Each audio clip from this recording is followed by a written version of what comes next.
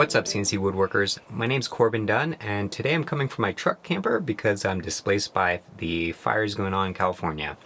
Oh well. So this episode is about how to create an epoxy drip bowl. It's part 2. In the last episode, I showed how to design the bowl in Fusion 360, and now I want to talk about how to create the stock for the bowl. This is important because I want to actually machine out an area in the stock, pour some epoxy into it, and then use that to machine the bowl from. So let's jump into it and get started. So the first thing I need to do is to figure out how large of a piece of stock we'll need to create this bowl. So I'm going to right click on the bowl component in the outline view on the left and select Properties. I can then look at the bounding box and see the dimensions of this particular object. I'm going to make sure the top level object in the outline view is selected. And then I'm going to go ahead and create a new component. This is going to be a component for the stock.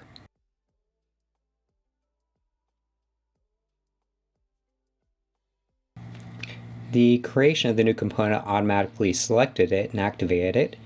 I'm going to go ahead and hide the drip bowl and show the regular bowl. I'm going to turn the origin on to the stock, and I want to create my rough stock piece.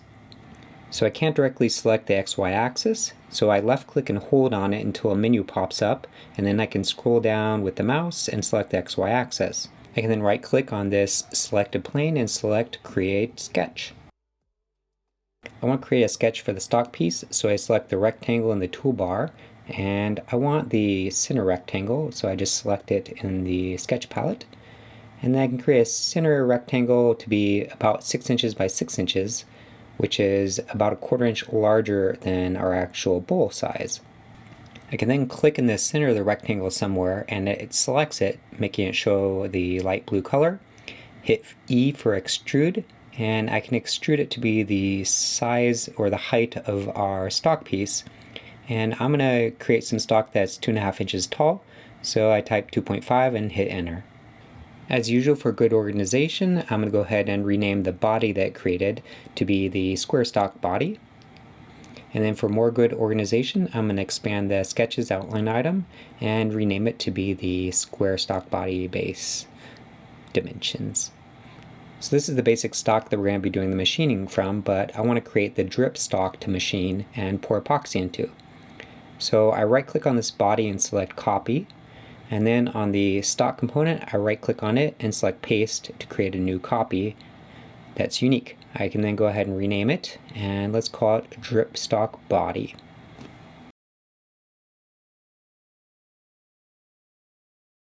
So the next thing I want to do is figure out where the drips are going to line up. And I'm going to go ahead and change the opacity of this stock piece to be a little bit lighter, and that way I can see through it and see the drip bowl through it. So I go ahead and hide the bowl component and expose the drip bowl component again. I right click on the stock, go down to opacity control, and I set the opacity to be somewhere from 60 to 80%. It almost doesn't really matter. So I zoom in a little bit, and then I hit the front button in the little orbit tool in the top right, so I can see the front of it with relation to my drips. And what I'm seeing is the bottom of the stock is perfectly aligned with the bottom of the bowl. And I want to offset it a little bit, so we have some to machine off the bottom and some to machine off the top. So I'm going to go ahead and activate the top level component because I want to do operations on that. I can then select the stock component and then select Modify, Move Copy because I want to move it. So I don't need to do any rotations, so in the selection move type I can select translate to just do translation. Then I can move over and select the blue arrow to move it up and down.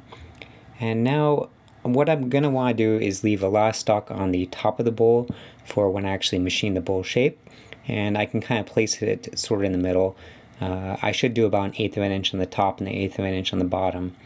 I think I made a mistake here and did it a little bit too much on the bottom of the bowl, and I should have erred on having extra space on the top of the bowl, and why will be apparent later when we're actually doing the machining. So at this point I want to activate the stock component again, so I mouse over to it and select the little button, the radio button next to the stock component to activate it. I want to go ahead and create a plane on the XY plane and offset it.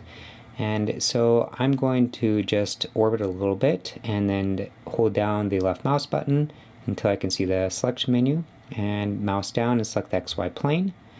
Then I'm going to right click on it and select offset plane so I can offset that plane a bit. Now I forgot that I need to capture the position because we moved the stock for that the stock, and so we capture the position.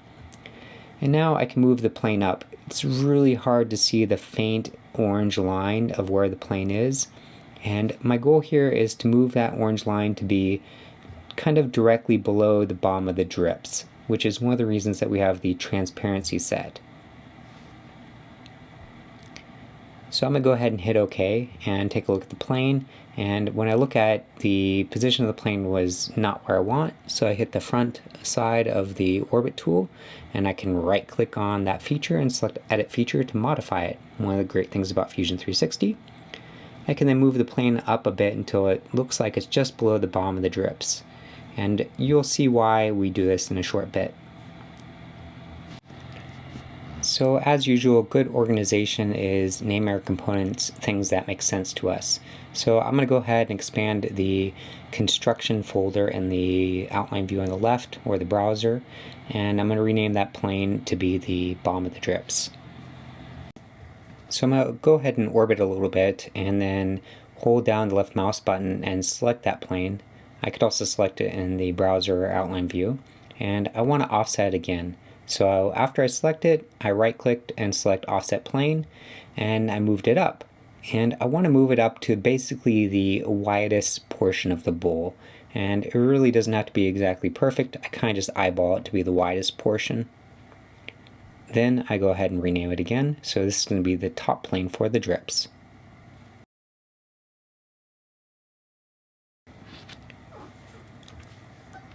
So at this point, I don't really need to see the drip bowl, and I'm going to go ahead and hide the drip bowl and then show the original bowl again. So I'm going to right click on that top plane for drips and select create new sketch. And what I want in this sketch is to project the widest portion of the bowl. I initially hit project, but that's not what I want. So I go over to create and I select project/include, and then I'm going to select the intersection. So that's basically where this plane will intersect a particular body. But for me to intersect a particular body, I have to expand it to be able to select it. And I tried clicking on it and I couldn't select it because I didn't have body selected as the selection filter. So then I can select the bowl and hit OK.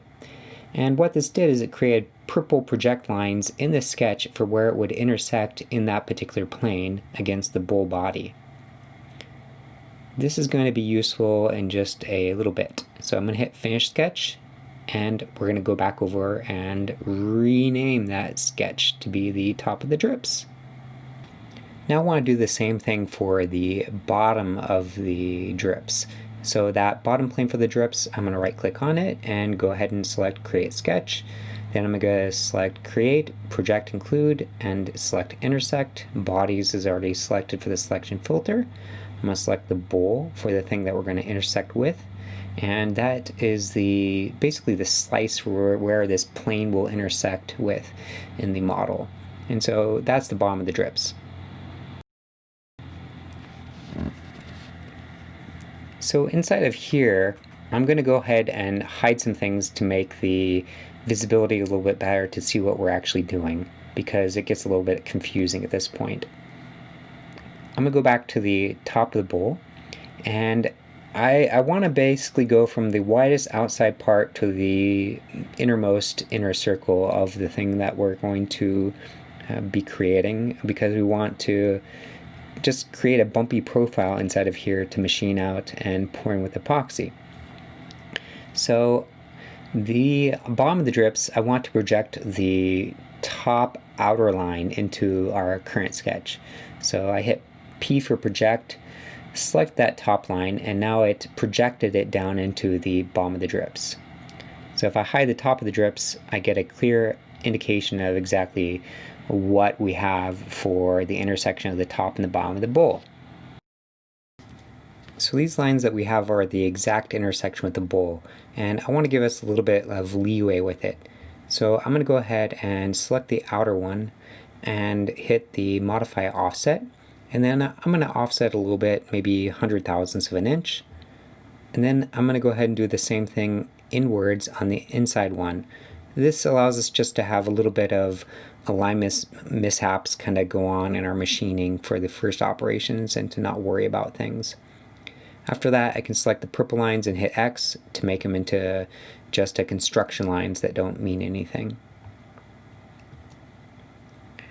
So now what I want to do is I want to select this circle and extrude it. I want to do a cut into that drip stock body. So I drag the blue arrow just upwards because it was kind of in the middle of the square stock, and I'm going to do a cut, make sure it's the drip stock body, and we're just going to cut through everything and hit OK.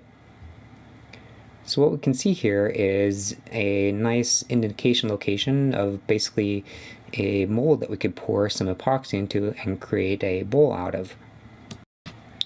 And what we want to do is we want to somehow get those drips from the drip bowl into this mold so we can machine it and pour epoxy into it. So the way to do this is start with the original square stock body.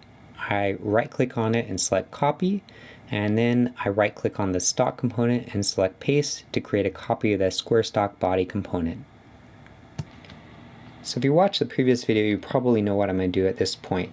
I'm going to go ahead and rename the body to be something a little bit more sane, square stock body with drips, and I'm going to hide the drip stock body so we only have one body visible. I'm going to go up to modify, and we want to select the split body command.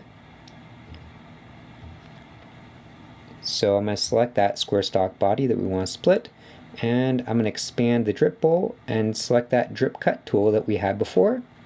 But I'm going to go ahead and extend the splitting tool a bit so that we can extend it because it doesn't quite fit in our entire area, and then hit OK. So as in the last video, what this did is it went ahead and created several bodies, the top and the bottom half. And so I'm going to go ahead and rename them. So we have the top half. We don't really need to see it. I'm going to hide it. And then we have that bottom half. Basically, this is the shape that we want to machine and pour epoxy into. So the next part is going to be pretty easy. We want to just take these two shapes and combine them into be one shape, and then that is what we can go ahead and machine. So I select modify and combine.